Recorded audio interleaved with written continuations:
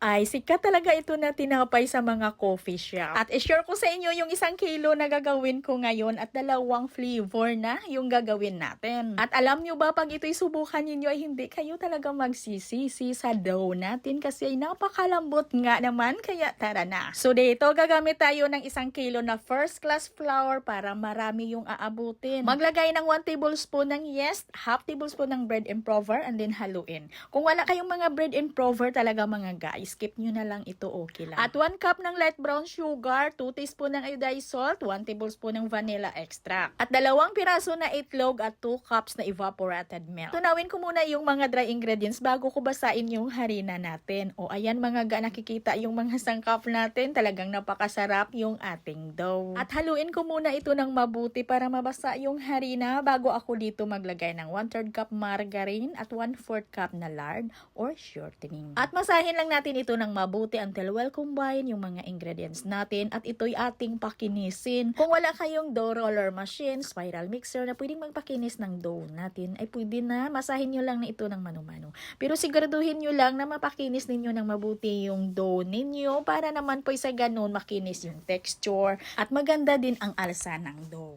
At ito pa nga yung isa sa nagbibigay dagdag lambot ng ating dough ay nag-add tayo dito ng 200 grams na mashed patatas or yung potato. Bali, nilaga natin pinalambot at saka dinurog ng pino yung patatas natin. At pagkatapos ko itong pakinisin sa dough roller ay agad ko na itong pinutol sa 30 grams lang at agad ko na din itong pinigura ng pabilog na mahigpit. At yung plancha ko dito na pinaglalagyan ay binanyahan ko yan ng lard or shortening. Pwede ding margarine. Pagkatapos natin itong mapigura lahat ay palsahin muna natin ito ng mga 70 to 80% bago natin ito lagyan ng toppings. So dito gawa muna tayo ng toppings. Unahin natin yung coffee flavor. So dito gagamit ako ng 3/4 lang sa bar or 3/4 lang sa cup na premium margarine. Pwedeng gagamit dito ng butter compound, pwede talaga yung refrigerated margarine. At kailangan na ito'y naka-room temperature na ha, para malambot lang natin ito i-cream or batihin. At maglagay ng 2 tablespoon na tubig. At batihin lang muli natin yan at nang sa ganun ay maglay talaga yung kulay ng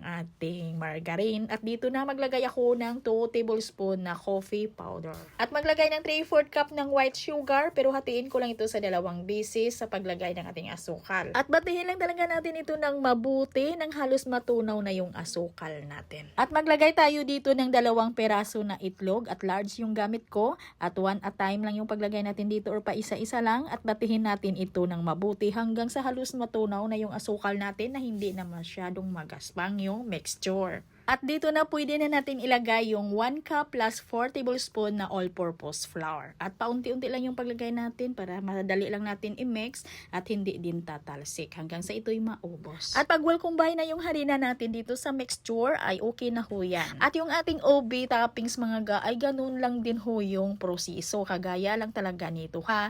Yung magkaiba lang dito yung flavor na nilagay natin. At dito naglagay lang ako ng 1 tablespoon na ating tubig kasi hindi naman tayo dito naglagay ng powder. Naglagay tayo doon ng 2 tablespoon ng tubig sa ating coffee kasi gumamit tayo ng coffee powder. Dito 1 tablespoon lang na tubig. Ganun lang din yung proseso. At ito na nga yung ating dough, ito'y umalsa na. Bago natin ito isa lang ay lagyan muna natin ng ginawa nating toppings. At nasa kalahati lang yung toppings na ilagay natin dito. At nang sa ganun pag ito'y atin ng isa lang ay sakto lang yan na umabot hanggang ilalim yung ating toppings nang hindi din kakalat sa plancha. At sa paglagay dito ng toppings na sesame seeds ay ito'y optional lang naman. At ito na nga lutuin natin sa may preheated oven na 180 degrees Celsius sa loob ng 7-10 minutes.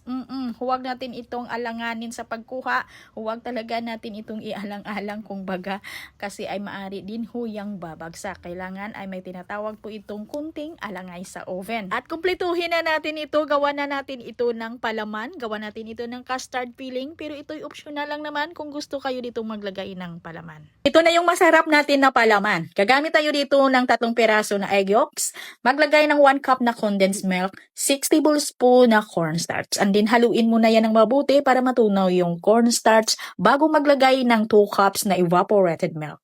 Pero sa puntong ito ay hindi pa naka-on yung ating saucepan. Kung sa kalan ninyo ito lulutuin ay hindi pa naka-on yung kalan ninyo ha, yung wala pang apoy. Bali, haluin muna natin yan para matunaw yung cornstarch bago tayo magpaapoy ng kalan. At haluin lang talaga natin ito ng diretso o huwag lang tigilan sa paghalo para hindi masunog yung ilalim.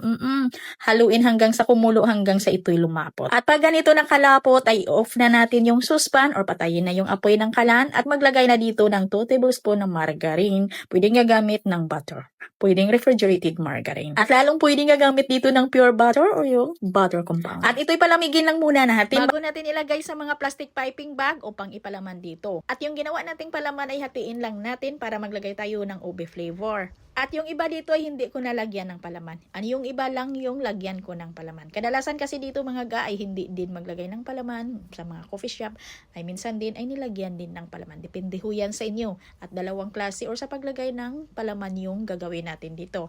Pwedeng hiwain natin sa gitna at pwede ding isa loob natin ilagay yung ating palaman. At ang sarap talaga nito mga ga, promise. Lalo na ang lambot ng ating dough, ang sarap ng ating toppings, dagdagan pa ng ating custard filling.